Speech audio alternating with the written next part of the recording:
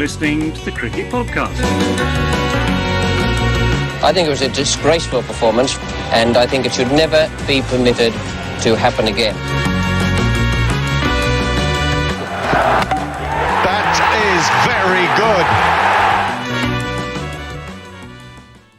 Hello everyone and welcome to the Cricket Podcast, where we'll be talking about all of the action from the first couple of days of the World Test Championship final between India and New Zealand. I'm Jack Hope and I'm joined by Ross Legg. How are you doing, Ross? Yep, marvellous, thanks mate. Another engrossing day of high quality Test cricket. I've loved it. It was really good. It was really good, wasn't it? Ross, before we get into the show, we've got some sponsors and stuff. We've got messages for our fans. Do you want to run through those quickly? Yep, we are sponsored by Woodstock Cricket. If you've seen this stuff that's been going around on Twitter today, I've even hit a century with the bat, which may not be true, but so I'm actually better than Virat Kohli because I'm using a Woodstock Cricket bat. You can find them in the show notes that will be up, or find them at Woodstock Cricket on Twitter. We also have Twitter and Instagram at the Cricket Pod. Go and follow it. Go and interact with us. We've got nothing better to do, so we'll answer your questions, etc. So get in touch with the show. Yeah, and as ever, hit like, hit subscribe, make sure you're following along with all of our coverage of not just the World Test Championship final, but the India-England series that's coming up in, like a month's time or so. Ross, we've had two pretty good days of cricket, as you said. We could have had three. We're 2 days into a 6-day game, where you know what I mean. Do you want to give us a quick summary of where we're at this point in time? Yes. So there's always that bit where I want to kick off with who won the toss, because I think it was here. So New Zealand won the toss and unsurprisingly chose to bowl first. And the favourable bowling conditions, the forecast of rain. I mean, we said on the preview that this was the way to go, especially for the New Zealand bowling attack. But India started off with some real promise, and we had proper Test match cricket on the first or the second day. There was a good battle between bat and ball. Rohit and Gill were actually winning that battle for quite a while.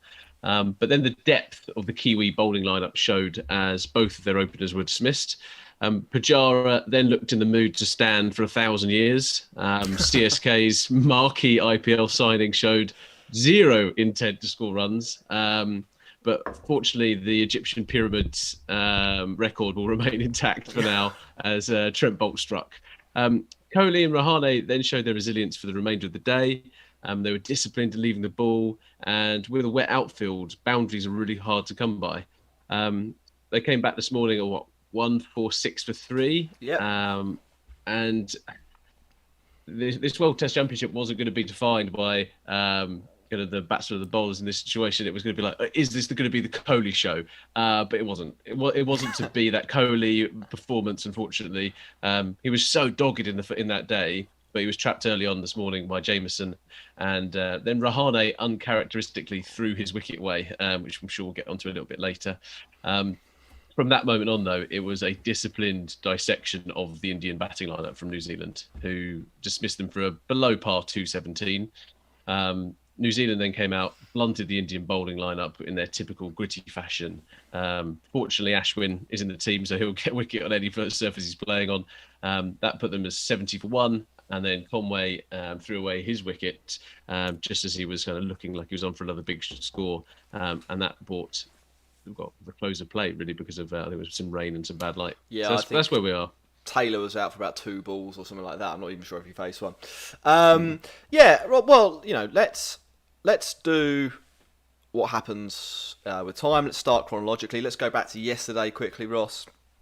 New Zealand, I think, maybe would have felt like at the end of the day that they'd let India off the hook a little bit. That, if you put a team into bat in very helpful conditions, we were looking like the ball was swinging a lot, it was seaming a lot, it was very hard to score runs.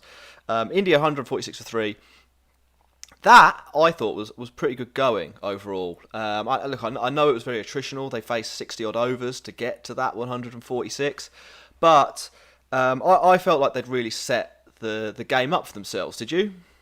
Yeah, and I think what's really important in this situation, as you said, New Zealand won the toss, bowling first. For India to win, they need to try to grind out some of their bowlers. Like you saw when England faced them, Jamieson was on his last legs coming into like the fourth day, and it was just like, right, let's put some real time in these guys and really try to blunt what's going on. And then if we can get a score of kind of 280, we are well in the game here. And because we've got the two spinners, actually that's kind of the game plan. Unfortunately, didn't work out today quite like that. I thought yesterday it was India's day yesterday. I thought today though, emphatically New Zealand's. Yeah. You know, they were a little bit lucky, but you need to be a little bit luckier. And when I say a little bit lucky, I mean you know, Kohli and Rahane, they played and missed a little bit, but I thought it was basically, you know, a textbook performance in terms of how you master difficult conditions and an excellent bowling attack. You know, we love apportioning blame on this podcast. We like criticising people. That's really why we do this, is to have a go at people who are far better at cricket than we are. Let's talk briefly about New Zealand's bowling yesterday before we get onto the good stuff today. What do you think they did wrong over the course of yesterday's play? So I think sometimes in English conditions, everything looks like it's in the bowler's favour. So yesterday, it couldn't have been a better day to bowl, right? And I think sometimes as an opening bowler, they probably get into the mindset of going, right, we have to take a wicket here. The skipper has won the toss. There is an expectation on Southey, on Bolt, to find that breakthrough. And to me, it just all felt a little bit desperate. They didn't really have that disciplined bowling approach that we'd actually come to know throughout the World Test Championship. I think it was epitomised in what was an absolutely terrible review to an LBW on Rohit Sharma, where he must have middled it into his pad. And there was just that air of desperation. But what's really good about Kane Williamson's leadership is that there's not a panic mode. There is, you just get Kane Williamson. He's kind of, I mean, we call Morgan Iceman, but Kane Williamson seems to have that same aura around him and kind of puts that calm through. They had a drinks break, and then straight after that drinks break, I don't know what was in the drinks, but Jamieson picked it up, and that's when the breakthroughs came. And I think it was that small bit in the session where they might have overestimated like how easy it was going to be to get some wickets, and then underestimated how good Rohit Sharma and Gill actually are. But soon they found their feet. Yeah, and they were pretty good. It has to be said. I mean, if you look at India's innings, and the sort of second question or the final question I'd sort of ask about the first day's play of this test was, you know, bearing in mind that Shubman Gill and Rohit Sharma looked like it was sort of possible to score, or made it look quite easy to bat to some extent, obviously until they were out. Do you think India were maybe a little bit negative for the rest of the day? I mean, I know I was sort of watching it, and at certain points I was kind of wondering what they were waiting for, because in those conditions it is possible to be too careful. I think you are going to get out. We saw Pujara, get out playing defensively. Kohli out playing defensively. Do you think they could have done anything else or done anything to maybe just give themselves an extra 30 runs over the course of the day's play? Yeah, so I think definitely there is that bit. I think it wasn't helped to mention in the summary that it was a wet outfield. You were not getting value for your shots. There was plenty of kind of deep twos because the Aegeus Bowl or the Hampshire Bowl, sorry, ditched the sponsor. Is a big ground, right? I think they definitely could have hit some more runs, but you saw them getting skittish. They're out for 217. I mean, there is a piece where 240 might have been better. I just think when New Zealand kind of get a sniff and they're on top, they know how to protect themselves. And you saw that they managed to keep the shackles on Pant. They managed to keep the shackles on Jadeja. I mean, Ashwin was the most attacking batsman. And even then, they stuck to the plan. They didn't mind him going for a couple of boundaries because they knew he was going to keep on going for it and was caught a second slip. So, yeah, I think it was just a really, really good New Zealand performance. But they're not out. India are not out of this game. No, sure. Let's talk about today then. As you said, and I think as we said a couple of times, India started the day 146 for 3. Virat Kohli and Rahane at the crease. They managed to add only 3 runs in the morning before Kohli was out. And New Zealand, it has to be said, were pretty phenomenal for that whole morning session.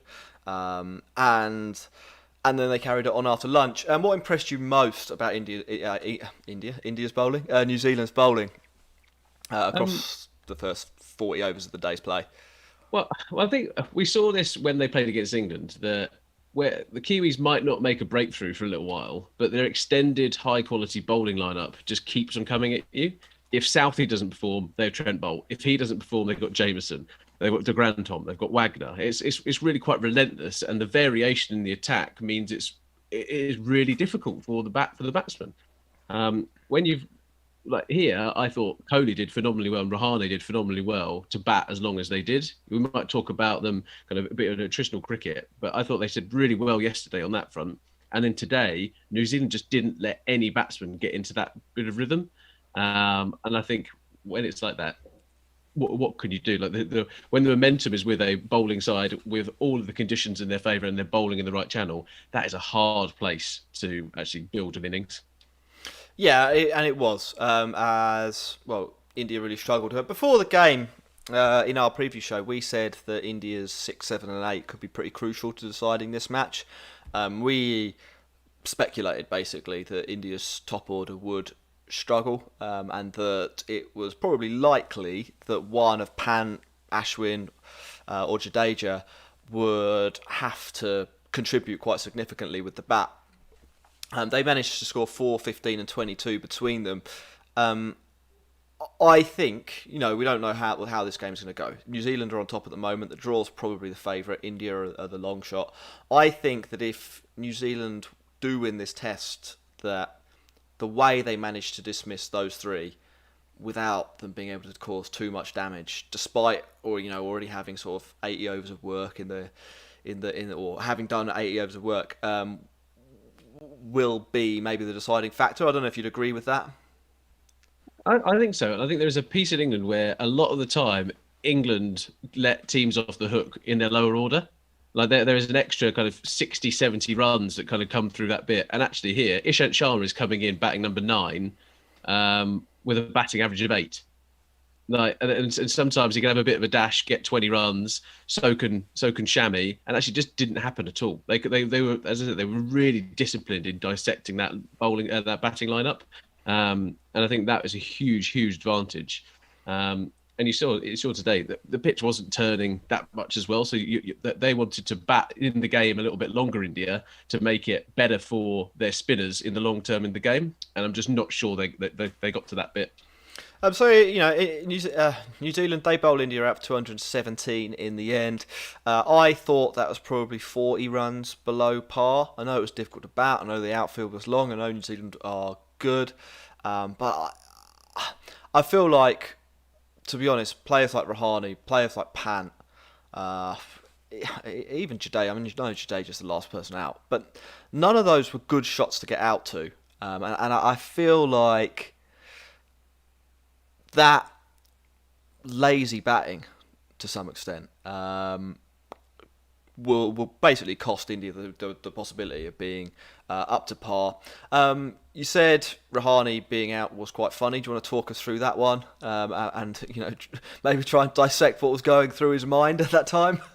Well, there was a bit where Rahane, I thought he started off initially scratchy, but actually grew into the game. His confidence grew, and then it was Wagner bowling to him, and Wagner has all the commentary at the moment is about how Wagner's not a bouncer bowler anymore. He's learned, he's put the ball up back where he used to do it, etc. Here it was clear he could still do that. Unsurprisingly, the guy who's bowled like that for 2 years or whatever it is can still do it. It was like, oh my god. But there was a clear plan to hit him with the short stuff. And there was one ball where he kind of swatted it down, and it was just like, you know what? That's probably not the right shot you could be playing here. Like you can leave that the hell alone. Like there's no reason for you to be in that position. And then I think it was 2 balls later, he played exactly the same shot, but was rushed by Wagner, and he's just straight in, and it's just made square leg. It's one of the most easy catches Latham's ever going to take at that kind of square leg mid wicket kind of region. And at that point, like Kohli was out. Rahane was the senior batsman in that scenario, and Pant was just finding his feet. It was really quite poor from the vice captain. Yeah. I also. I think one of the things that a lot of people were looking forward to in this final was watching Rishabh Pant bat, and I do want to talk about this just for a second. Everyone goes on about how dangerous he is as a player, and that is absolutely true. But it's really fucking hard to be dangerous with your feet up in the pavilion, and I don't really understand. Bearing in mind, surely he's watching the game and seeing like Virat Kohli, the world's best batter, trademark, struggling and working his arse off. I can't believe like a player that good would go out and bat dangle basically Keaton Jennings himself to a dismissal for 4. Basically I expected more from Rishabh Pant. I probably expected more from Jadeja. And I think that was a big battle won by New Zealand. Let's move on to their batting because as it was for the 2 tests of the England-New Zealand series, it started off as the Devon Conway show, and it looked like it could be the Devon Conway show for probably another 300 deliveries. He was out right before the end of the day, but it was a good innings, and I think it really has put New Zealand in a position of dominance in this test, Ross. Yeah, I think they're well. I think it's a really, really important breakthrough for Ishant Sharma to get Conway out, and Conway got out in a way in which he was playing one of his it's becoming his trademark shot. It's like the flick off the legs, his hands end up in the air, and it looks great when it comes off. And I think it was just one of those bits where I'm not sure if he was outfoxed to a slower ball or whatever it was. It was just a bad execution. And actually, there's a lot of people like you talk about Pant kind of throwing it away. I don't think this is Conway throwing it away. I think he's got out. It looks like a stupid way to get out because he's been caught at mid on, but actually that is a scoring shot of his. Why would you look to put that away? You want to be able to trust. It was a pretty bad ball as well, if we're being honest, wasn't it? It was a ball that he probably averages 100 off that. Like that's the one time in the next 50 times he plays it that he's going to get out. Yeah, and it happens, right? I think there's some stuff on Twitter around, oh well, we shouldn't be getting out like that when he's a set batsman, etc. That stuff just happens. That is cricket, and that regardless of that bit, there is always one with your name on it, particularly. And I think your point about Pant going in and saying, oh, you've just watched what's happening here. I think what was a stark contrast to that was the way Latham and Conway both set up their game. They were just like, we have to see out the first kind of we both need to face 100 deliveries here. Yeah. And that was kind of the mentality. There was still the opportunity to score because that's what was going to happen. But there was a real dogged determination, as there always seems to be. They look like they've opened the batting in Test cricket together for years. There seems to be that understanding. There seems to, and it's brilliant. They're coming up against one of the best bowling lineups in the world. Other than them, there's that bit. Yeah, they don't have to face themselves, so it's I think that's a good point as well, because I New Zealand did bat well, but I think there are some India fans who are probably a little bit frustrated with how India are perceived to bowl, and I was listening to a little bit of this game on the radio, and the commentators were doing that thing, basically demanding that the bowlers bowl full. But from what I saw, I thought India actually bowled reasonably well. There were chances that flew through the slips. New Zealand are scoring at 2 and over. Like that should tell you that it's really hard work out there. And I think, that point around whether India should have bowled fuller. Well, the trade-off if you bowl fuller is that you are easier to score off as well. And it takes to some extent it takes seam out of the game. Like you don't. It's a bit like spin bowling. If you toss it up and you bowl full and you're a spinner, it's easier to bat against because you don't have to worry about the ball deviating too much. So I thought India's lengths were pretty good. And if you look, I've got the scorecard up here. Ishant Sharma's 1 for 19 off 12 overs, going at 1.5 and over. Mohammad Shami, who I thought was excellent today. And I know there are a couple of people who said Siraj maybe should have been in the team instead of Shami. I think Shami's probably been India's best bowler. He's bowled 11 overs for 19 runs, an economy of 1.7.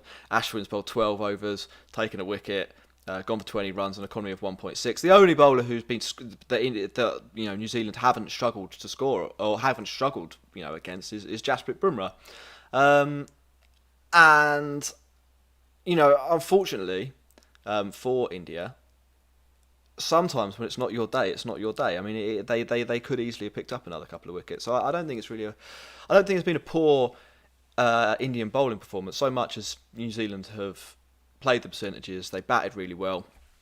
What are they now? 101 for 2. Ross, what do you reckon their chances are of winning from here? What, New Zealand or India's? New Zealand.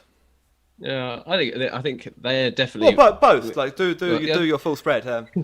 First and foremost, I need to say thank you to Swadin, who's given us a super chat in the chat. So thanks for that, mate. Nice to see you back listening to us. I think when it comes to their chances, New Zealand are in the driving seat here, but they are the conditions aren't going to be that different over the coming days. Like, it's still going to be bowler friendly. There's still going to need to be like a load of discipline on show.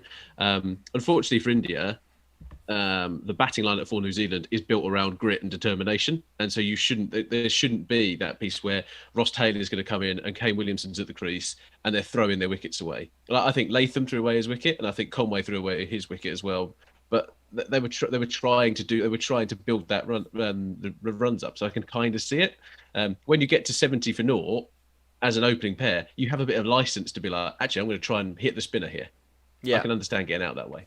I think from India's point of view, that they need to come back and take 3-4 wickets in the first opening in the morning session and really limit the runs. I don't think it's going to be free flowing. I think that the game is not out of their hands. I think I've seen some of the bits on CricViz saying India have less than 10% chance of winning. I don't think that's true. I think the quality of India's players mean that they can salvage something from here. I'm probably putting it closer to 30%, 70%. And I mean, the rain probably is going to come and ruin this whole thing anyway. That's a good point. We should, I think, talk about the other star performer in this Test match so far, Bad Light. It has been incredibly frustrating. I saw a tweet from the Edges and Sledges podcast. One of them, I think, was at the game. I'm guessing DJ because he lives in London, and he was basically saying it is incredibly frustrating. You know, we're here. It's not raining. The light has been crap all day. It's not got any worse. Like, the clouds, you know, there's not more clouds. We're at peak cloud. We've been at peak cloud from ball one. Ross, it's a classic case of cricket being dumb as shit, isn't it? This bad light situation in this match. Cricket is its own worst enemy at times. If it's not trying to set up new formats and say that Test matches are boring or whatever, they're key people coming out and just be like, yeah, this isn't good anymore. It's not a viable product. Women and children don't understand what's going on. Like, nobody in the higher levels of cricket does it any favours. I mean, I'm not the biggest umpire fan anyway, but here, like, when that little light reader comes out, you're just like, the only thing I want you to do with that is shove it up your arse. Like, honestly, there is no bit. Like, the commentator said, "Oh, it's got to be a fair kind of game." We've not had enough cricket. People have not been able to go to see the cricket as well because of this pandemic. Like genuinely, unless it's pitch black and they've got Bumrah coming in and you cannot see the ball, like, just play the game. You've got floodlights, play the bloody game. Yeah, I think I sound like Michael Vaughan. I kind of agree with that. I mean, the flip side, I think, is, you know, you don't want any players to get injured. Bumrah bowls seriously fast. He could hurt someone if they can't pick the ball up properly. I think basically that it wasn't actually dark enough for that to be an issue, and I do wonder. Why is it so subjective? Why is it like a bloke who's probably like in his 50s, probably a little bit blind anyway, who decides, oh, it's now too dark, so I'm going to get my electric machine out, measure how dark it is, and from then on in this match, whenever it gets, you know, this dark, we're off, and cricket cannot possibly be played. Why is there not? If you're going to have bad light as a rule, which I think is fundamentally dumb if you've got floodlights, and I think you'd probably agree with that, then at least standardise it, because it did feel like it feels like we've lost probably 15, 20 overs from this match, because Richard Kettleborough or Michael Goff or Richard Illingworth,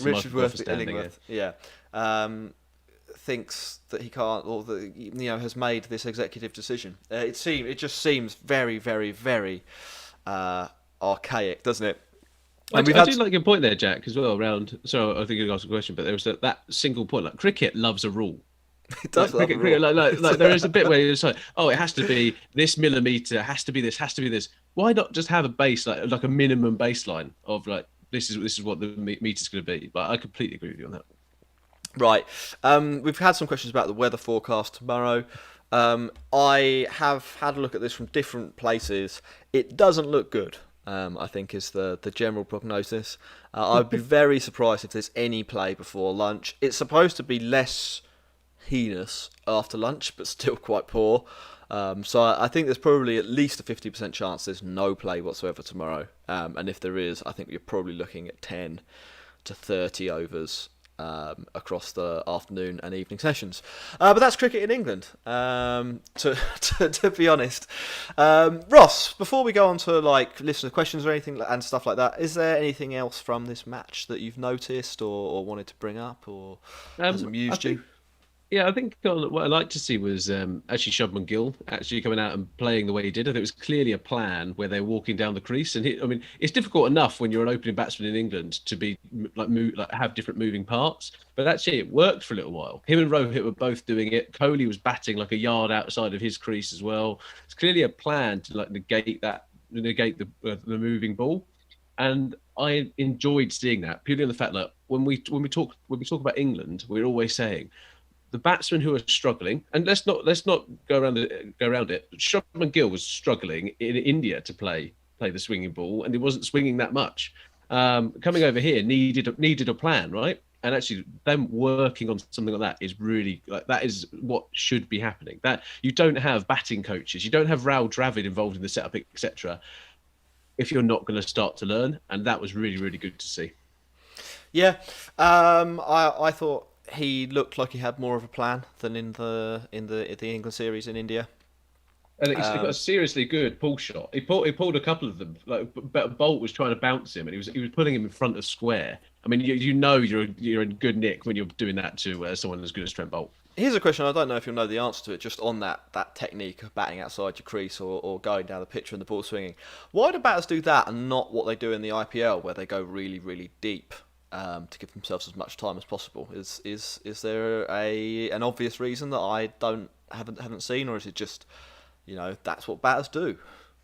I think you're taught when you're opening the batting, especially when the ball is moving around, that you need to get forward. Like it's not a thing where you have to you want to be bat and pad relatively close together and you're playing the ball underneath your eyes. Whereas when in the IPL they're trying to give themselves enough time and the transfer of their weight, and I could be talking complete rubbish here, but in my head, their transfer of weight is different, and they've opened themselves up to score with more aggressive shots. You're not playing aggressive shots in that way, but could be wrong. Cool. I think you gave us your predictions. I reckon from here, just to put my cards on the table, I reckon India have got a 10% chance of winning this match. I think New Zealand have probably got a 40% chance, and then I think it's most likely to be a draw. To be honest, I think if they do lose most of tomorrow, then it's going to be pretty difficult, and it's obviously hard to score runs. And I think if unless something mad happens, like New Zealand are bowled out for another 50. Or they suddenly start scoring at 4 and over and score all day if they score 4 and over for 90 overs and only bat once, I just think it's going to be very hard to force an obvious result. I think it will go right down to the wire, but that's kind of what I think. Lots of people in the chat sort of saying draw as well. Ross, do we have any questions from anybody over in the chat? 'Cause we've got one from Twitter. We've got a couple from Twitter, so we'll start with the Twitter ones. Do you think Siraj in the India squad would have made a difference? No, not really. I think in this condition, like it's a final. You're playing your best team. Shami is ahead of Siraj. Sharma is ahead of Siraj, and so is Bumrah. So, no. Yeah, I agree. And how does the wicket of Devon Conway change the complexion of the match from Paul Trail? Well, I think. If it was Ollie Pope and Dan Lawrence in the middle, massively. The fact that it's Kane Williamson and Ross Taylor who have scored 25,000 runs between them, I think they should be all right. Yeah, and then you've got Nichols, Watling, Colin de Grandhomme, Kyle Jamieson to come. That's a meaty middle order. Well, I think that's 4 batsmen who are averaging over 40 in Test cricket. Yeah. Right in that. That's decent. That is pretty decent. Any questions from the live chat? Yes, we do have one from SCS or SC Scopes, which is: should the pink ball be made standard and do away with the red ball? Please, No. God, no. No. No. Unless they improve the pink ball and it's not just that marble lacquer or whatever the shit that they used in India was. Like, no, absolutely not. Crazy golf cricket. Yeah, it was. Rick and Patel asks, what did you think of the pace with which New Zealand batted this afternoon? Should they have gotten more runs, especially as rain is expected tomorrow? So where are we at the moment? We're day 3. Yeah, but it's actually day 2, isn't Yeah. it? If you think about it. So the test match is going to finish on Wednesday. It's day 3 of 6 or day 2 of 5, whichever way you want to look at it. New Zealand are 100 runs behind with allegedly 3 days to play, although we're pretty sure it will actually only be 2 days. So could they have scored quicker?